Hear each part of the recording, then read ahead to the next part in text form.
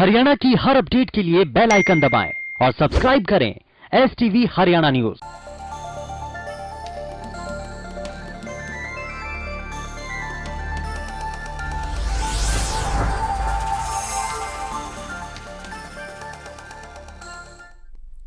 नमस्कार, हल्का हलचल देख रहे हैं आप। मैं हूं नंदिनी मिश्रा, आपके साथ बुलेटिन की शुरुआत करेंगे बड़ी खबर के साथ। आपको बता दें, आज MSP अधिकार दिवस मनाएंगे किसान संगठन।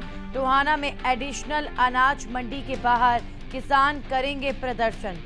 राष्ट्रीय स्तर पर किसान MSP अधिकार दिवस मना रहे हैं। आज अखिल भारतीय किसान संघर्ष समिति के आह्वान पर प्रदर्शन किया जाएगा। कृषि कानूनों को रद्द करने की मांग की जा रही है। अपनी मांगों के समर्थन में किसान ज्ञापन भेजेंगे।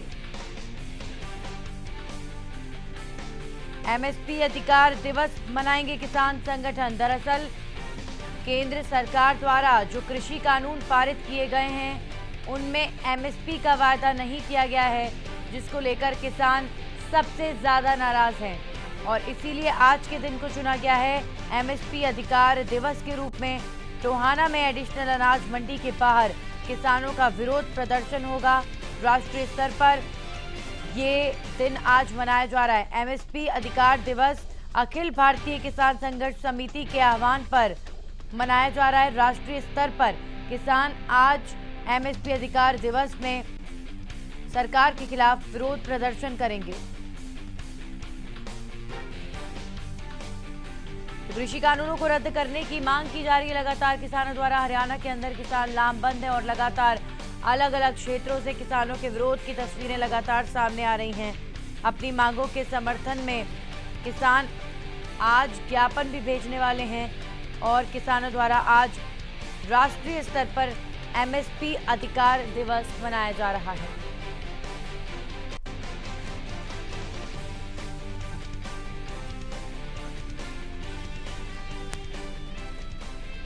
और इस खबर पर जानकारी के साथ नवल सिंह हमारे साथ टोहाना से जुड़ चुके हैं। सीधा उनका रुख करेंगे। नवल, अगर बात करें टोहाना की, देखिए राष्ट्रीय स्तर पर MSP अधिकार को लेकर आह्वान किया गया है किसान संगठनों द्वारा। टोहाना में बड़ा प्रदर्शन होने वाला है, इसे लेकर क्या जानकारी? समन्वय समिति है, उसके द्वारा एक पहुंच गई है, एक आह्वान किया गया है। 300 से अधिक संगठन उनका दावा है कि उनके साथ हैं और पूरे देश के अंदर जिला स्तर पर, ब्लॉक स्तर पर, गांव स्तर पर प्रदर्शन किए जाएंगे और उनकी मांग यही रहेगी कि जो कानून है उनमें बदलाव हो और MSP जो है उसकी गारंटी सरकार दे। इसको लेकर टोहाना में कल आधा दर्जन से अधिक संगठनों ने मीटिंग की और उसके बाद उन्होंने एक्शन टीम भी बनाई है, जिस एक्शन टीम की वजह की तरफ से जो है आज है धरना प्रदर्शन रहेंगे। और टोहाना क्षेत्र की अगर मैं बात करूं तो टोहाना, धारचूल और जाखल के अंदर तीनों ही जगह पर आज जो है प्रदर्शन रहेंगे और धरना रहेगा, जिसके बाद वो अपनी मांगों से संबंधित जो ज्ञापन है वो भी उच्च अधिकारियों को भेजेंगे, जिसमें उनकी मांग रहेगी कि जो कानून है, कृषि कानून में बदलाव किया जाए और MSP वो किसानों को दी जाए। जी नंदनी। जी बिल्कुल नवल, टोहाना की अगर बात करें तो लगातार पूरे हरियाणा में ही टोहाना समेत अलग अलग जगहों पर किसानों का विरोध प्रदर्शन जो है वो लगातार जारी है और कृषि कानून को वापस लेने की मांग लगातार की जा रही है। लेकिन किसानों के तेवर देखकर अगर बात करें नवल, टोहाना के अंदर क्या लगता है ये जो विरोध है ये थमने वाला नहीं है? जी बिल्कुल, अगर मैं बात करूं, जब से ये कृषि कानून जो अध्यादेश से पहले अब कानून बन चुके हैं, जब से अध्यादेश आया था तब से यहाँ के किसान हैं जो लगातार इसके खिलाफ जो है मुखर हो रहे हैं और जगह जगह उन्होंने स्टार्टिंग से ही, जो शुरुआत से ही अपने जो है ज्ञापन देने शुरू कर दिए थे, अपने प्रदर्शन करने शुरू कर दिए थे, सांकेतिक धरने भी दिए गए थे। और उसके बाद ऑल इंडिया लेवल पर जो भी किसानों की तरफ से कॉल आई है, जो भी किसान संघर्ष समन्वय समिति की तरफ से कॉल आई है, उसकी यहाँ पर जो रूप है वो देखने को मिला है। और यहाँ पर अगर मैं बात करूं टोहाना के अलग अलग गांवों की, तो यहाँ पर पोस्टर भी बकायदा लगाए गए हैं जिसमें लिखा गया है कि कोई भी पॉलिटिकल पार्टी का लीडर जो कि उनकी मांगों से इत्तेफाक नहीं रखता, उनका समर्थन नहीं करता, उसको वो गांव में प्रवेश नहीं कर सकते। और पिछले दिनों टोहाना के विधायक देवेंद्र सिंह बबली को भी इस मामले में विरोध का सामना करना पड़ा है। तो चलिए, बहुत बहुत शुक्रिया आपका नवल जानकारी के लिए। तो लगातार विरोध जो है वो जारी है और आज किसान MSP अधिकार दिवस मना रहे हैं, जिसके तहत सरकार के खिलाफ जगह जगह पर विरोध प्रदर्शन किया जाएगा।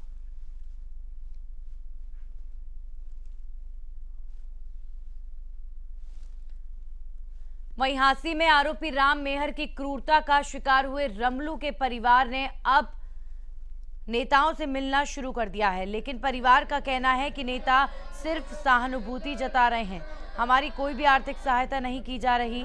मंगलवार को नाराज रमलू का परिवार लघु सचिवालय में धरने पर बैठ गया। इस दौरान रमलू के समाज से ताल्लुक रखने वाले लोग भी परिवार के समर्थन में एसपी कार्यालय पहुंचे।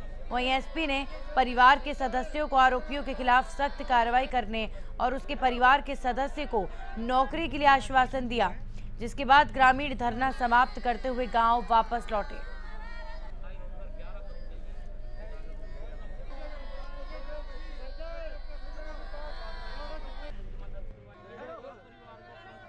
सभी को पूरा आश्वासन दिया है जो उचित कार्य।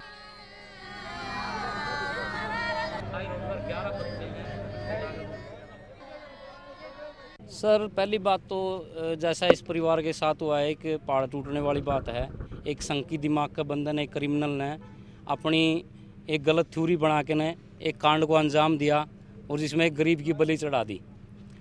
दूसरा, इस परिवार में अभी भी एक भय का माहौल है। हम एसपी साहब से मिलने के लिए आज इसीलिए आए थे कि भाई इसमें एक निष्पक्ष जांच हो, और जब तक ये पूरी प्रक्रिया पूरी ना हो, जब तक इस परिवार को न्याय ना मिले, तब तक इस परिवार को कम से कम सुरक्षा तो दी जानी चाहिए जो अब तक इसको नहीं मिली है। और इस खबर पर हमारे साथ अनूप कुंडू जुड़ चुके हैं। अनूप से जानकारी ले लेते हैं। अनूप, यानी कि अब परिवार को भी ये महसूस होने लग गया है कि अब राजनीतिक जो लोग हैं वो सिर्फ राजनीतिक रोटियां सेकने के लिए आ रहे हैं, उनकी मदद वाकई कोई भी नहीं कर रहा। बिल्कुल नंदिनी जी, हांसी का ये बहुत बड़ा मामला है और इसमें जो रमलू है, जो बगैर किसी कारण के, बगैर किसी रंजिश के मारा गया, एक षड्यंत्र के तहत उसको मार करके जला दिया गया, तो उसके परिवार पे आज जो दुखों का पहाड़ टूटा, उसको लेकर के सांत्वना देने के लिए तो बहुत सारे नेता वहां पर पहुंचे, लेकिन मदद करने के लिए अभी तक किसी के हाथ आगे नहीं बढ़े हैं, जिसको लेकर के उन्होंने एसपी कार्यालय के सामने धरना भी दिया। हालांकि प्रशासन की ओर से उनको आश्वासन दिया गया कि उनके जो मदद है हर तरह से की जाएगी, लेकिन फिलहाल तक उन्हें किसी प्रकार की मदद नहीं पहुंचाई जा रही। जी अनूप, अब जब धरना प्रदर्शन हुआ तो एसपी साहब वहां पर पहुंचे, परिवार को आश्वासन दिया कि परिवार को जो है एक सदस्य को नौकरी भी दी जाएगी। तो जब एसपी ने आश्वासन दिया उसके बाद क्या परिवार संतुष्ट हुआ? हाँ बिल्कुल नंदिनी जी, उसके बाद वो धरना था जो स्थगित कर दिया गया है। प्रशासन की इस आश्वासन के बाद की उनकी सुनवाई की जाएगी। नौकरी के लिए भी सरकार से बात करके जितनी उचित कार्रवाई होगी इस पे की जाएगी। तो वो एक बार के लिए धरना स्थगित कर दिया गया है। प्रशासन की बात को मानते हुए जो लोग थे, वो परिजन थे, वो सारे अपने अपने घर लौट गए हैं। लेकिन उनकी मांग यही है कि जो दोषी है उसको कड़ी से कड़ी सजा मिले और परिवार की जल्द से जल्द सहायता की जाए। जी वही अनूप, अब अगर बात की जाए आरोपी को लेकर सजा दिलाने की, तो अब इसमें कितनी ज्यादा गंभीरता प्रशासन की ओर से बढ़ती जा रही है, दिखाई जा रही है, क्योंकि जो ये पूरा घटनाक्रम था वाकई बेहद खतरनाक, बेहद डरावना और बेहद निराशाजनक था कि गरीब को बिना किसी गलती की सजा भुगतनी पड़ी। ऐसे में प्रशासन इस गरीब परिवार को न्याय दिलाने के लिए कितनी मुस्तैदी दिखा रहा है? देखिए नंदिनी जी, प्रशासन अपनी ओर से पूरी तरह से लगा हुआ है, क्योंकि उन्होंने उस आरोपी को भी गिरफ्तार कर लिया है, रामेर सिंह को, उसके साथ उसकी जो 2 महिला मित्र थी उनको भी गिरफ्तार कर लिया है। तीनों के तीनों रिमांड पर चले हुए हैं। जैसे ही रिमांड की अवधि पूरी होगी तो क्या पुलिस के सामने आया वो भी खुलासा होगा। और प्रशासन का यही कहना है कि हर तरह से पीड़ित परिवार की मदद की जाएगी और उसको न्याय दिया जाएगा। जी चलिए, बहुत बहुत शुक्रिया अनूप आपका जानकारी के लिए। तो एक ऐसा गरीब परिवार जो अपने बेटे की मृत्यु के बाद, उसकी मौत के बाद लगातार न्याय के लिए गुहार लगा रहा है, लेकिन परिवार ये भी कह रहा है कि नेता यहाँ पर न्याय दिलाने के लिए नहीं बल्कि राजनीति करने के लिए आ रहे हैं।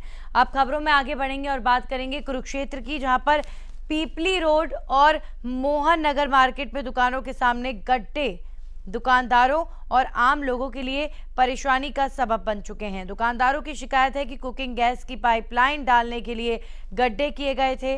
सड़कों के किनारे पाइपें बिखरी पड़ी हैं। कई बार गैस पाइपलाइन के लिए की गई खुदाई से पीने के पानी की लाइनें भी कट चुकी हैं। लोगों के घरों में दूषित पानी की सप्लाई होने से लोग बीमार हुए थे। दुकानदारों का कहना है कि विभाग द्वारा गड्ढे करके खुले छोड़े जा रहे हैं। वहीं यहाँ पार्किंग की कोई व्यवस्था नहीं है। सड़कों पर वाहन खड़े करना तो दूर, अब लोगों का निकलना भी यहाँ से मुश्किल हो गया है।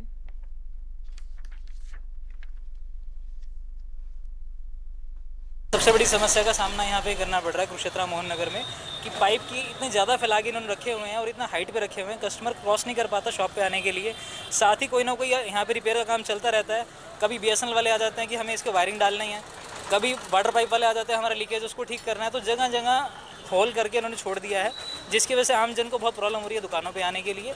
और सबसे बड़ी परेशानी का सामना दुकानदारों को ये करना पड़ता है, जब कस्टमर ही नहीं आएगा तो हम दुकानदारी कहाँ से करेंगे। मतलब हम जस्ट एक किराएदार है यहाँ पे, शॉपकीपर जो है रेंट पे हैं, हमें अपना किराया निकालना बहुत मुश्किल हो गया, काम करना तो बहुत दूर की बात है। सर समस्या ये आ रही है कि हमारी यहाँ पे शॉप है, कुछ तो पहले अभी लॉकडाउन ख़त्म हुआ, लॉकडाउन लगने के बाद ये पाइप हमारे दुकान के आगे घेर दिए हैं। इनके कोई शुद्ध लेने वाला कोई भी नहीं है, ना इनको यहाँ से उठाया जा रहा है।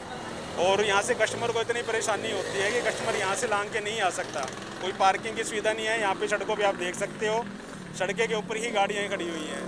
अभी 2-3 दिन पहले की बात है, कस्टमर आया है यहाँ पे, इस गड्ढे के अंदर इतना गहरा गड्ढा है, इतने बुरी तरीके से गिरा कि उसको काफ़ी चोटें भी आई हैं। और इस खबर पर हमारे संवाददाता भरत हमारे साथ जुड़ चुके हैं, सीधा उनका रुख करेंगे। भरत, वाकई दुकानदारों की बातें सुनकर अंदाजा लगाया जा सकता है कि एक तरफ लॉकडाउन की मार इन दुकानदारों ने झेली, वहीं अब इनकी दुकानों के आगे जिस तरह की स्थिति, जिस तरह की तस्वीर हम देख पा रहे हैं, दुकान नहीं चल पाने से ये दुकानदार काफी परेशान नजर आ रहे हैं। जी देखिए, बिल्कुल मैं बताना चाहूँगा कि हरियाणा न्यूज़ जो है पिछले लंबे समय से जिस सड़क की यह बात हो रही है, इस मुद्दे को उठाता रहा है। और जब उस खबर का असर शुरू हुआ और सड़क जो है वो बननी शुरू हुई, तो उसके बाद एक नई समस्या ये खड़ी हो गई कि सड़क जो है उसके दोनों तरफ के जो दुकानदार थे, पहले वो धूल मिट्टी से परेशान थे, वो टूटी सड़क से परेशान थे, अब जो वो गड्ढों से परेशान है।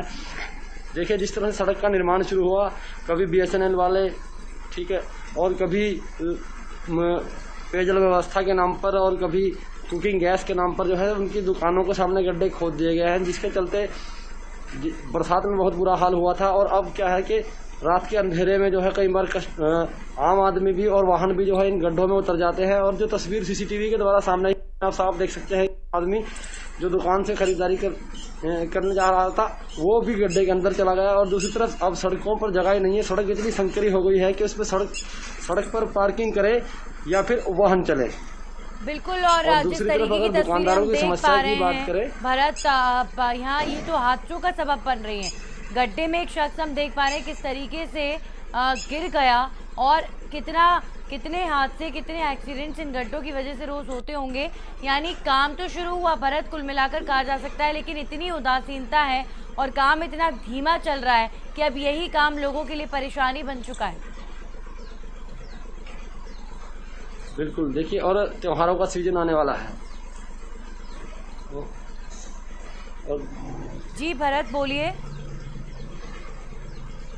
जी देखिए, त्योहारों का सीजन आने वाला है और दुकानदार जो हैं पिछले लंबे समय से, लगभग 6 महीने से जो हैं आर्थिक मंदी के शिकार थे। अब उन्होंने यहाँ तहाँ से पैसे जुटाकर जैसे अपनी दुकानें खड़ी की हैं, उसके बाद अगर उनके पास त्योहारों के सीजन में ही कस्टमर नहीं पहुंचा तो आप सोच सकते हैं कि उन दुकानदारों की हालात त्योहार के बाद क्या होने वाले हैं। तो दुकानदार खुद आपका जानकारी के लिए। तो अभी फिलहाल जिस सड़क को लेकर लगातार ये मांग की जा रही थी कि वो सड़क बने, उसे बनवाया जाए, तो अब कुरुक्षेत्र की सड़क पर जब काम शुरू हुआ, इतने खड्डे कर दिए गए हैं कि अब दुकानदार प्रशासन की इस उदासीनता से भी परेशान है कि आप काम गति के साथ करवाएं। काम शुरू हुआ है तो उसको गति भी दें, उसको खत्म भी करें, ना कि उसे बीच में इसी तरीके से छोड़ दिया जाए। अब रुक करेंगे कोरोना अपडेट का। क्या है प्रदेश के हालात पिछले 24 घंटों में, आपको बताते हैं। कोरोना के आंकड़ों में लगातार बढ़ोतरी हो रही है। 24 घंटे में 1081 नए मामलों की पुष्टि हुई है। गुरुग्राम में 250 और फरीदाबाद में 168 नए केसेस सामने आए हैं। हिसार में 85, रेवाड़ी में 72 नए मामले, महेंद्रगढ़ में 50, सोनीपत में 42 नए केसेस सामने आए हैं। प्रदेश में 24 घंटे में 9 मरीजों की मौत हुई है। अब तक कुल 1601 कोरोना मरीजों की मौत प्रदेश के अंदर हो चुकी है। हरियाणा में कुल 1,44,302 केसेस कोरोना के हो चुके हैं। एक दिन में 1154 मरीजों ने कोरोना को मात दी है। कुल 1,32,000 से ज्यादा मरीज अब तक ठीक हो चुके हैं।